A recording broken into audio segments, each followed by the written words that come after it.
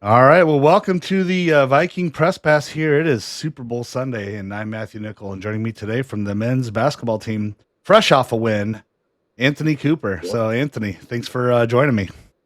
Yeah, thanks for having me. I appreciate it. We all appreciate you doing this. It's pretty awesome the media coverage you've been able to give us, so we appreciate it a lot. Absolutely. Well, selfishly, it's a ton of fun for me. So, um, well, hey, this was the third straight win by the Vikings. Mhm. You guys are sitting at 13-8. You're now 6-6 there in conference play, which is good for fourth place. On that tiebreaker so far with Elmhurst. But what were your just kind of your general thoughts, maybe to start the conversation with yesterday's win? Obviously, it was a big win. We our last three games are all teams that we lost to, so kind of getting back at those three teams is really big win for us. Especially if you're looking at the standings, it was big for us to move into fourth place now. Makes our game on Wednesday even bigger against Elmhurst. That'll be a big one for standing circumstances, but really good win, especially going down to Decatur. It's never a easy place to win. It's a long bus ride and usually not as many fans at the games, and so you got to kind of create your own energy. And so it was a really good win for us. Any win on the and CCIW on the road is a big one. Yeah. Um, I mean, did you guys travel down Friday night then or Saturday morning? Saturday morning, and actually our bus broke down, so we were even a little late. It broke down on the way to the Carver Center, so we were an hour behind of what we usually would have been. So we were rushed a little bit, but it all worked out. So What what happened to the bus? Any details there? I'm not sure, honestly. We were at game day practice, and Coach Stelp, I think he got a text or something about it being a little bit late because the bus broke down on the way to Carver, so they had to go back, Mm. get another bus, and then come and pick us up. So we watched a little extra film, and about an hour later, we took off for Decatur. So, I mean, how does that kind of impact your game day prep? I mean, a long bus ride like that is probably the longest. Um, what does it look like when you get there, get to the stadium and kind of get loose after, how long was it? Like 4.5 hour ride, something like that? About three and a half, I think it About three and a was. half? Yeah, yeah, yep, yeah. It's definitely a big adjustment. I think that's one of the big adjustments of high schoolers when they first get to college is kind of getting used to the longer trips because usually your high school games aren't nearly as long on road games. But usually I just get there with something like yesterday where we're behind already. I'm just trying to stretch and get ready as quick as possible, trying to go through my routine of getting all my stretching in, and then pretty much we're right out there into warm-ups, so you don't really get many shots up before warm-ups just because the girls are playing before us and we were already behind. So yeah, just kind of it's a little bit rushed when you're behind like that, but we had plenty of time to kind of get our game plan in and talk with the team, and then go through our normal routine after that. Now, what do you have anything like in particular that, that you like to do? I know, your roommate Evan there, he likes to drink the Gatorade of the color of, the opposing team. Um, Anything you like to do that's kind of, unique to your warm up? Nothing too unique. I just like to, especially home games, I like to get there really early, like 2 hours before the game starts, and go through a really long stretch just to make sure that I'm as loose as possible. Me and my roommate Nick, we like to go over to Arthur's and we like to eat at Arthur's, and so I get the same thing there every time, number two with a cup of fruit, and that's kind of gets me ready for the game. So that's kind of, I guess, my game day ritual for home games, and then just go through a long stretch and do my form shooting and everything. So that's kind of my game day routine. No Gatorade of the other opposing team, but uh, my Arthur's sandwich that gets me going. Yeah, no, that's good. I mean, I like Arthur's. I haven't had Arthur's in a while, but I used to eat it all the time, obviously, when I was, that way, and um, good place to eat. Now, Yeah, for the sure, for team, sure. uh, the team held Millikin, to just like 34% shooting last night, yeah, in the second half, forced 17 turnovers. Excuse me. What was just kind of the key to, you guys' defense last night against the Big Blue? Having active hands, and it's always going to be our positioning. Getting into our strength, streaking the floor, and having our hand on the line. But when we're flying around, getting deflections, forcing turnovers, that's when we're at our best.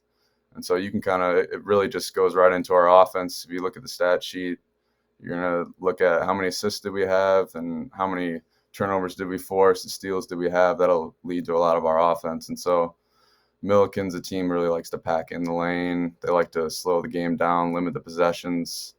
And so a big thing for us was it's going to be tough to get out in transition since they like to limit all those possessions. So we're going to have to force our own turnovers and get into transition that way. So a big part of it was going to be our deflections and our turnovers, and we were able to do that, especially in the second half. We went on a big run there, forced a bunch of turnovers, and got some easy layups. So that was a big part of our game plan and led to our success. Yeah. Yeah, I saw a few times Millikin had called timeout. You guys were in man, then would come out, into a zone or something a little bit different. Mhm. So hopefully in the end of the thing, ended up being something that they were prepping for maybe on what current defense was, and then kind of switching it up with them a little bit. Certainly seemed to help things out. And but I Yeah, for know sure. going into the game yesterday, like Milliken had a top rated defense, in the CCIW. I think they were allowing just under like 68 points a game. But you guys shot 46% from the field, 40% from three. Um, how'd you guys kind of game plan for Milliken, going into last night's game? A big part of it was on the defensive end, just because once again everything kind of stems from how we play defensively. We like to Hmm. get up, get into you, force turnovers, get deflections, and so that was a big part of it because once again we knew we weren't going to have many transition opportunities if we weren't getting stops. And so a big difference in the game that we had in January at home was, our ability to create turnovers. Because in the second half, especially at Carver, we were getting the ball out of the net, and they were able to pack in into the lane and set their defense. And so, offensively specifically, we were just trying to be patient, make sure that you weren't settling for threes. Being able to beat their hard hedge that they were doing on defense was a big part as well. But getting inside and then kicking it out, find guys like Tyler and Evan, some of our best shooters, was a big part of our game plan. But a lot of it just had to do with defense, and our success on defense was going to lead to a lot of our offense. Well, and it certainly helped when you were getting a lot of second chance points on offense. A couple of times, get a rebound or two, kick it out. Mm-hmm. And I know one possession, just reminded me of. I mean, Evan finally, had an open three and was able to knock it down. But I mean, that's huge. At the end of the day, and you guys didn't get a ton of free throw attempts. So you weren't gonna necessarily win it at the line, but getting those extra possessions were probably pretty big. Yeah, they were huge. Especially, we don't have the biggest team, but one of the first things that we worked on in practice all the way back in unofficial practices in September was our offensive rebounding. And that's been a huge part of our success is, Mhm. how well we've been able to offensive rebound, even though we're not the biggest team. So that's always a huge part. And Mikey and Chase and Ray, they're a huge part of getting in there and getting offensive rebounds. But it's everybody. Everybody has a job in our offensive rebounding, and so it's always big when we get those second chance opportunities. I mean, what do you feel like's been clicking kind of for the team over the last kind of 3 game win streak? Uh, that's a good question. I think we've just, when you go through some adversity, you can either splinter or you can get even closer. And I think just because of the how veteran of a team that we have and how long we've been together, we have a lot of belief in ourselves, and the coaching staff does as Mhm. well. And so we were able to kind of to get even tighter. And we won a huge one against North Park at home when they were tied for first in the conference. And I think that just spurred even more confidence in our group, and we've been able to really succeed since then. Obviously, getting Sean Kelly back is a huge part as well. He's a spark for our team. Gets a lot of steals, a bunch of deflections, creates some offense for us. So that was also a big part as well. And then Tyler's been playing really well as well. So finding ways to get him the ball, and everything's just been kind of clicking for us. And it all starts on the defensive end with us, getting deflections, getting turnovers, getting stops, and that's going to lead to a lot of our offense. Yeah, I mean, you're talking a little bit about the defense. Heading into yesterday's game, I mean, the Vikings were ranked third, in defense in the conference, where last year the team finished kind of sixth in the conference. Um, why do you think defensively you guys are being a lot more successful this year? Is it more scheme, effort? I mean, better communication? Like, what are some of the things that are kind of evolving your defensive gameplay? I think a big part of it is scheme, just the clarity of our scheme. We've had a really good plan for a lot of our games this year, so we've done a really good job of sinking in and following the game plan. So that's always big. And then you add guys like Sean into the mix, and they make a huge difference as well. But I think guys have taken a lot more pride on the defensive end this year, especially just because we haven't finished as high in the defensive rankings in CCIW as we would like and Mhm. as we are capable of. So I think we've taken a lot of pride in getting stops and realizing how successful we could be if we really clamp down on the defensive end. Yeah, absolutely. Kind of sets the tone, and Mhm. certainly that'll trickle over, offensively, and kind of shifting some of that momentum. And um, I mean, now looking at the last four games on the schedule, three are at home. So you have Elmhurst, Wheaton, and Wesleyan at home. You're at Carroll. Um, how important do you think it'll be playing in front of like the Carver Crazies, kind of down the final stretch here? Oh, it's always big, always big. It's a huge difference playing at home. All of our fans, we have a lot of loyal fans that always are at the games, and a great atmosphere at the Carver Center. So it's always really nice. Gives us an extra boost of energy to play at home. It's been awesome this year seeing what they've done with the Carver Crazies and kind of revitalizing that student section and having the different themes for the game. So that's been huge, and so we owe a lot of credit to our fans and what they've been able to do. It's always a really great advantage for us to play at home at Carver and kind of take advantage of that Carver magic that Coach Delp talks about sometimes. Yeah, 100%. Well, it looks like attendance has definitely been up this year. Um, and, we're seeing a lot more students there at the game. I mean, some of the other things on having, some of the younger kids, whether it's from the camps you guys run or just locally, a bunch of kids are Mhm. there as well and sitting kind of courtside and having a ton of fun. And so definitely starting to bring the energy back in. And I always thought, the last couple of years that's been, something that it never always felt like a home game. Because there wasn't a ton of fans, in the Yeah, stands. But when you win, you're doing some great stuff. yeah.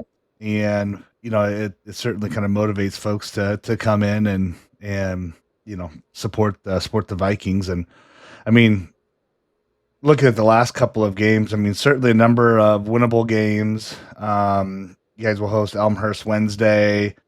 Um, you and Elmhurst obviously are both coming in at 6-6. So Mhm. it's definitely some tourney implications are on the line just ahead of North Central there. But I think it's a big opportunity for the Vikings, here to host a first round game, and it really starts Wednesday, from there as well, and win the games you should down the stretch and be prepared for Wesleyan. That would be a lot of fun to host a first round Yeah, game it back would. It would. in And Carver. that was one of our goals at the start of the year was we wanted to host first round CCIW tournament and beyond. But we're going to be looking at probably just that one game, and so that's it's a huge difference being able to host that first game rather than go on the road. Last year we had that game at Carroll on the road, went to overtime, and we lose that game, and we go from being able to host that first round to then going 3.5 hours over to Carthage. So it's a huge advantage to be able to play at home in the CCIW tournament, and so that's definitely something that we're striving for. And we put ourselves in a position now where we kind of control our destiny, and if we keep winning, that's something that we could achieve. So it's a definitely something that we're thinking about, but you just got to take it one game at a time, and that starts with Elmhurst at home on Wednesday. Yeah, absolutely. Well, it certainly feels a little bit like some of the games are going to run through Carthage here. I mean, at least recently. I mean, last night them beating Wesleyan was huge. Yeah, it was. Um, Heck, both the men's and the women's team both won. They're at home, so yeah. So me talk about between them and North Park and obviously the Vikings, the top four there. I mean, there's a lot of tough teams. Mhm.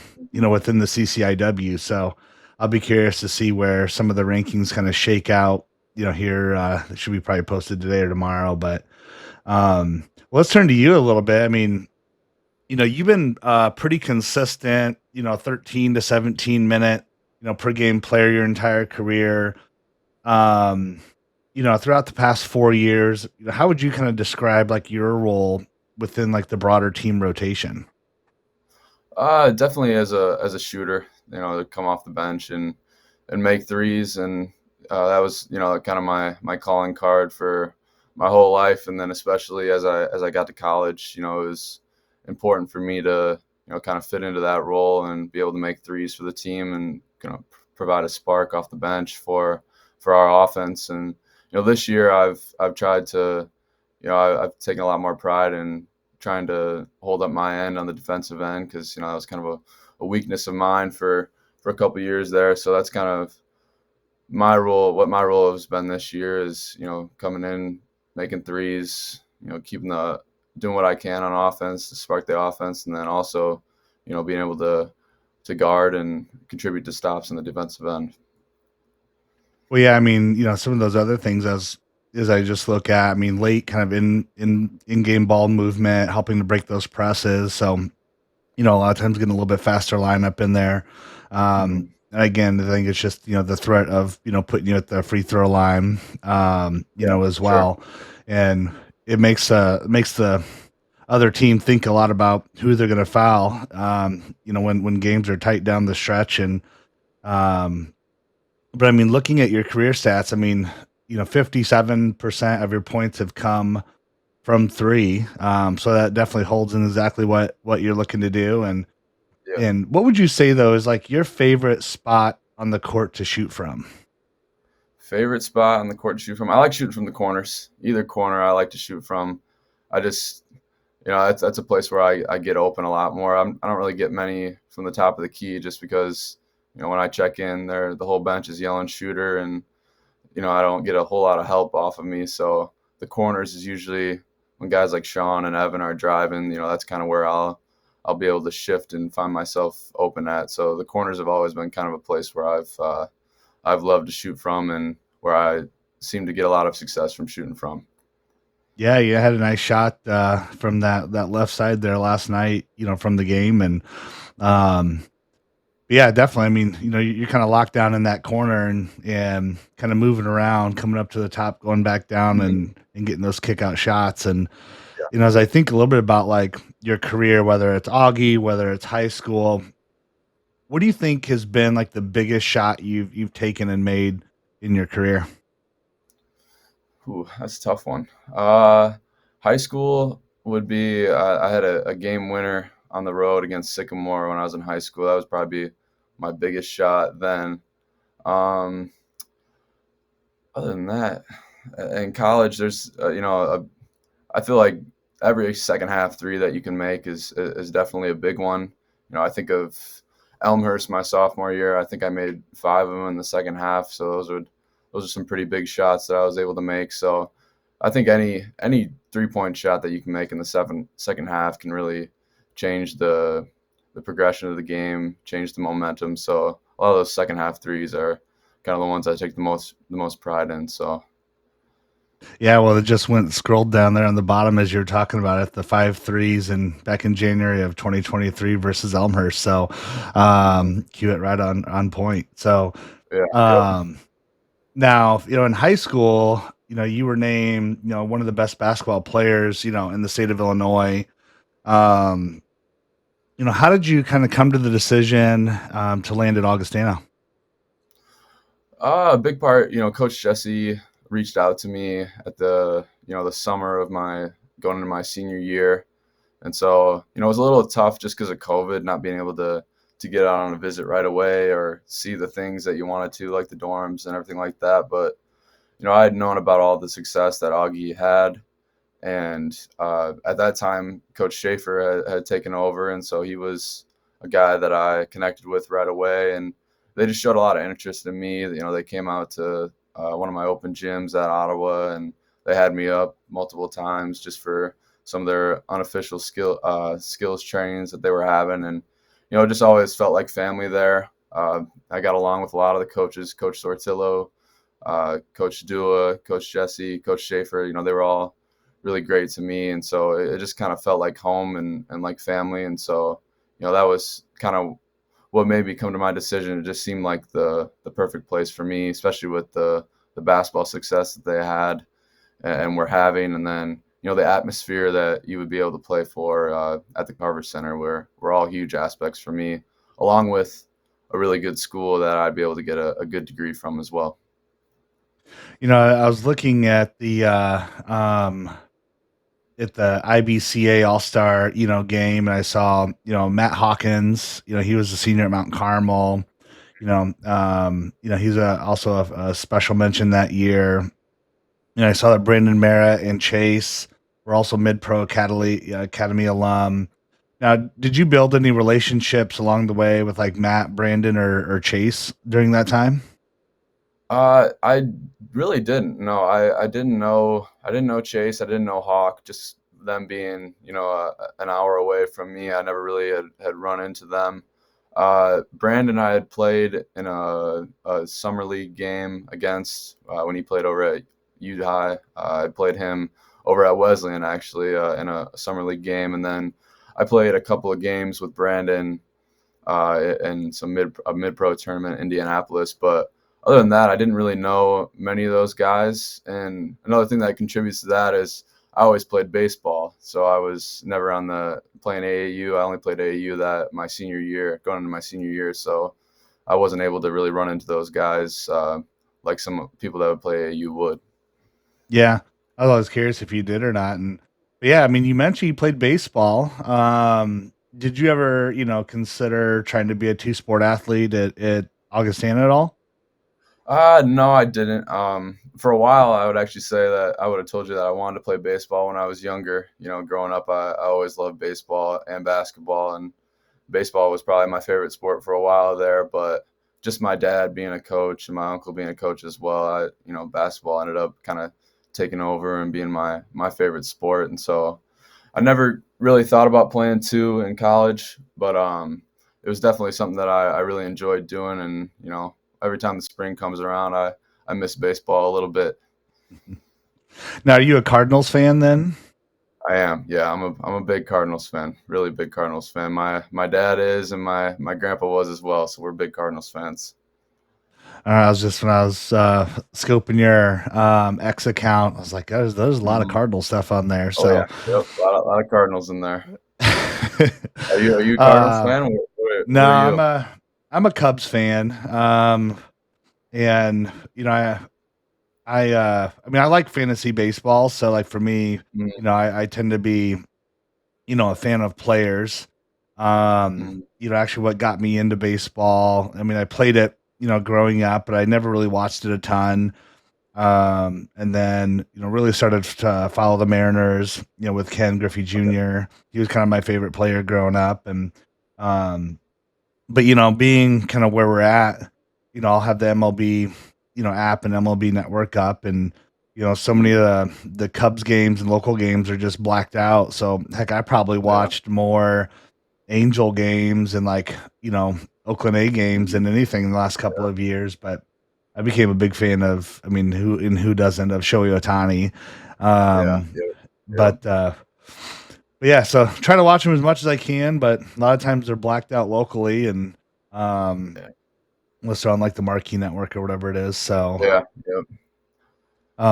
You gotta take a now, lot of time out of your day too to watch a whole baseball game. It's a little better with the pitch clock now, but for a while there, you'd be watching the game for 3 hours or so. When baseball just it's a long game, so well, and it's supposed to be the pitch clock, and that's supposed to be coming. It came into the Division 1 last year, and I believe I need to double check. I think it's going to be implemented in Division 3 is it? this year as well.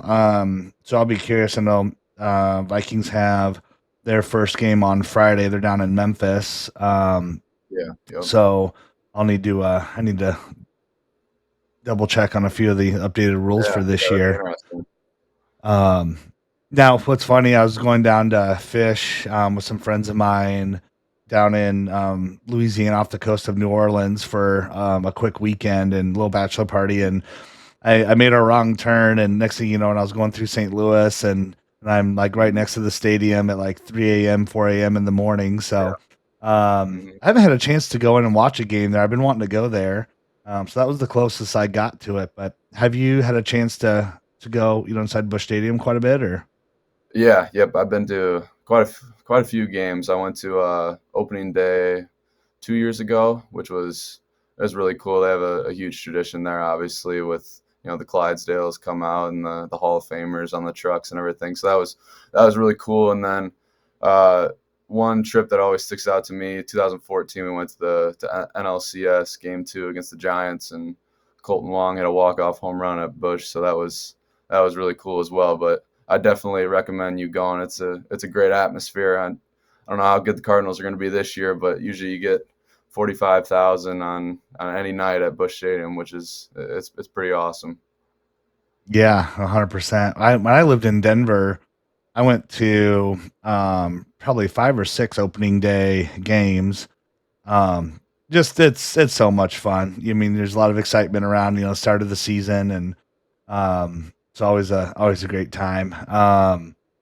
Now, what's maybe something surprising about you that maybe most people wouldn't expect?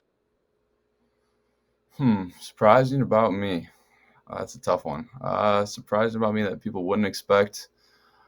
Uh, I don't know.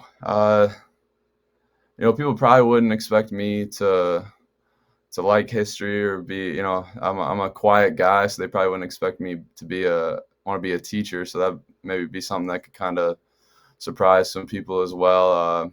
I'm a little bit of a jokester in the locker room. That might be something that would surprise people a little bit, just because my nature is usually pretty quiet. So once I get comfortable with the people I'm around, I tend to open up a lot more. So me being more reserved and quiet, people would probably be a little bit surprised that I'd be a jokester in the locker room and one of the louder personalities in there. So that might be something that would kind of take people by surprise. Yeah, no, 100%. The last game here at home, is senior night, it's whiteout night, and kind of thinking back to like your last 4 years, what are maybe some of your most memorable moments? The one that always sticks out right away is the trip to Greece. Just, that's a really cool experience. I had never been out of the country before, and you go to a beautiful place like Athens. That was really awesome, and a chance for, we were already a close group, and then to go on a trip like that just brings the team even closer together. And so, a ton of really good memories from there.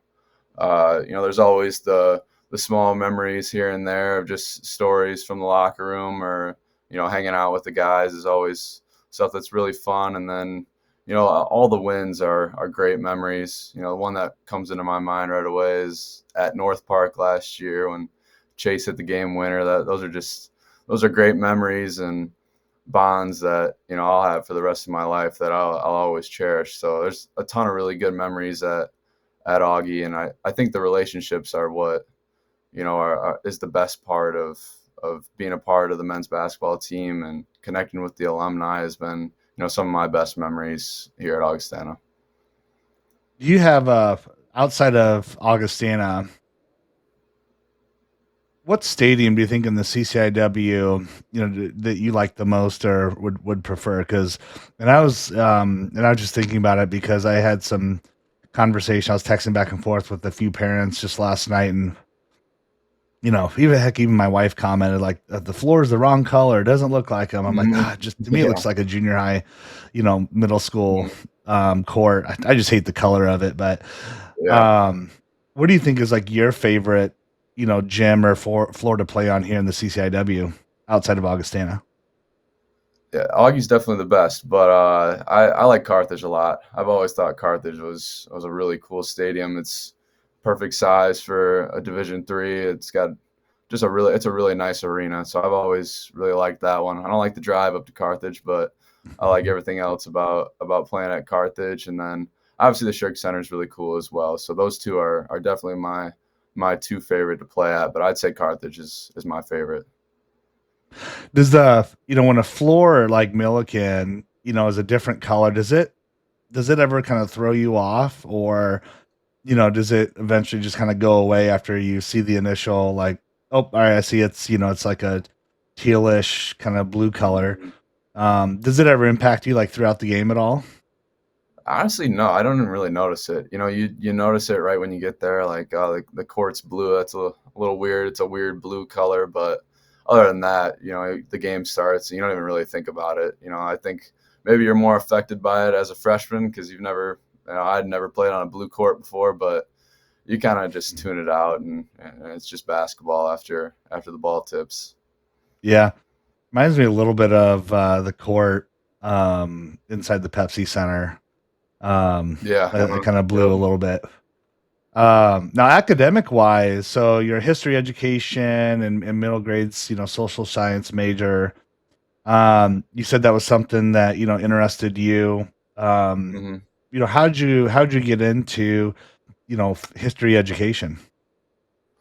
Well, at first I was pre-physical therapy, but that was just kind of something that I thought was interesting as a freshman and didn't really think about what that would really look like for my life going forward in the classes I'd have to take. And my parents, my dad is in education. He's the athletic director at our school for a really long time. My uncle is a teacher, and my aunt, and so we've had a lot of uh, family members who have been in education. My grandpa was the principal at Mendota High School, so a long history of educators, and they've had a huge influence on me. And so I pretty much grew up at Ottawa High School with my dad being the AD, and so I was always in a school around a school, and so I thought it'd be something that would really fit me to be in the classroom, be a teacher.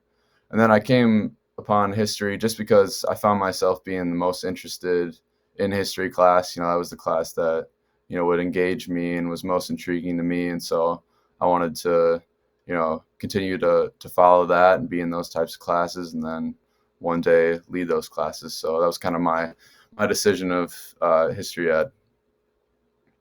Now, do you have a favorite period of history? Period of history, not a specific favorite. I like war history a lot. I think that's kind of everybody's go-to. The most interesting. Uh, my viewpoint on history has kind of changed a little bit since I've gone through my student teaching. So, some of my favorite parts of history are what the kids think are most interesting, and that's usually things that you can relate from the past to the present. And so that was kind Mhm. of something that I tried to do every day during my student teaching was connect what we were learning about that day to the present and why things are the way they are today. So I think that's kind of my favorite part of history is the flexibility of teaching it and connecting it to current events. And I think it's a really applicable class for a lot of them, and an easy way to make connections to the modern day that they find interesting. So that's kind of my favorite part of history now. Just it's kind of revolutionized since I've taught for a semester in student teaching. Where'd you do your student teaching at? I did my student teaching at Moline High School, and my cooperating teacher was Sean Taylor, who's the coach at Moline Moline, yeah. boys basketball. Yep, yep. Yeah, his son, I think, is maybe a senior or junior at Grinnell. Ju- Junior, yeah, he's at Monmouth College. Or Monmouth. I'm sorry. Yeah, Monmouth. Yeah, yep, That's Monmouth. right, Monmouth. I was thinking about because I always a lot of times I've gone to the Monmouth Grinnell game, so hmm it's oh gosh, Lisa Bluter. It was her son that's at Grinnell. That's what I was thinking of. Oh, okay, gotcha. Um, yeah, yeah, no, that's a good mentor to be around. Yeah, Gosh, for sure. Sean Taylor's been a great basketball coach here locally for Mhm. years. Obviously there as well, and now, do you have a role like lined up yet after graduation, or I do not. No, I've applied back home, but that's really the only job that's really come up and has opened up. So just kind of waiting to see what will come up, and kind of making decisions from there. But right now, I've applied to Ottawa, but that's really about it so far. Just seeing what opens up and what opportunities will present themselves. Now, do you want to land in high school or more like middle school? High school for sure, and then I definitely want to coach as well. So coaching basketball, and then I'll probably coach baseball as well. But land at high school, teach history, and then coach as well is a big passion of mine. So Do you want to coach just wherever you land, or you really kind of want to get into back into like Ottawa? wherever I land, I'd like to coach. So wherever I end up going, I'd like to coach. Whether it's back home or in the suburbs, anywhere that I land, I definitely want to coach though, and that's a something that I think about a lot, and I'm really excited for in my future is being able to coach and still stay with the game and be a part of a team and have a new role as kind of leading the team. Yeah, 100%. Well, lastly, hey, it's Super Bowl Sunday. Um, what's you had mentioned before we jumped on here. It sounds like a bunch of the guys are heading over to Coach Delp's to watch the game. Then, Yeah, yep. We're gonna have the guys over to Coach Delps, and we got a little white elephant Christmas thing that we're gonna do just because some of the guys from different countries, some of the foreign guys, they were back home over Christmas break, and they took a little bit of a longer break, like Danny and Nico and Giannis, and so we couldn't get the whole team together for Christmas. So we're gonna get together for Super Bowl Sunday and do that tradition today. anyone in particular you're rooting for? Chiefs or Eagles or? Nobody in particular. I'm a Bears fan, so there hasn't been too much to cheer about this year. But I'm gonna. My guess is that the Chiefs will win. It's hard to bet against Patrick Mahomes. He's the best player in the league, and he makes winning plays all the time. So I would guess that they would win. If I had to pick between the two, I'd want the Eagles to win. But I think it should be a good game. So I'm looking forward to seeing what happens. Yeah, it's funny. I grew up a Redskin fan, and then it was hard after the last couple of years around just the changing, various different names, and finally once Dan Snyder kind of sold the team, I wasn't a big fan of him. It was Hmm. hard to root for him with him as the owner. So I was super excited. I really wanted to see a rematch of gosh when I was 9 years old of the Bills and the Redskins or now the Commanders, Yeah, but I wanted to yeah. see that matchup. But I saw something on Twitter. I think someone had asked, was it ChatGPT or Grok or something, who won this Super Bowl? And it came back saying 38-35 Chiefs. So we'll see. We'll see what happens tonight. And Yeah, um, yeah. but now the games in New Orleans. Have you ever been down there before? I have not. No, nope. Never been to New Orleans, but a place that'd be pretty cool to go to. So maybe sometime I'd travel down there and visit. Yeah, it's a neat. Been down there a couple of times. It's a neat little town. So, well, it's Super Bowl Sunday, so I'm gonna let you go. And actually, we have some friends coming over with kids here in a couple hours. So I need to go help Awesome. my wife finish prepping Yeah, the there you go. house and I'm gonna be doing. I don't know if you like deer meat at all, but I'm gonna be doing a stuffed backstrap like wrapped in bacon. So I got to get that on the grill and get that cooking There you here. go. So Uh huh. should be uh Yep. should be a good time. So Yeah, yeah. It should um be. It's always good to get together on Super Bowl Sunday. So absolutely. Well, hey, good luck Wednesday. As thank you you. host Elmhurst, obviously both teams are coming in tied, so it's a pretty big game. But Yeah. like Coach Delp says, you take one game at a time, and we're only looking to the next game. So, um, Yep. but well, again, thanks for joining me today, Anthony, and we'll see you here soon at one of the next home games. Yeah. Thank you for having me. I appreciate it.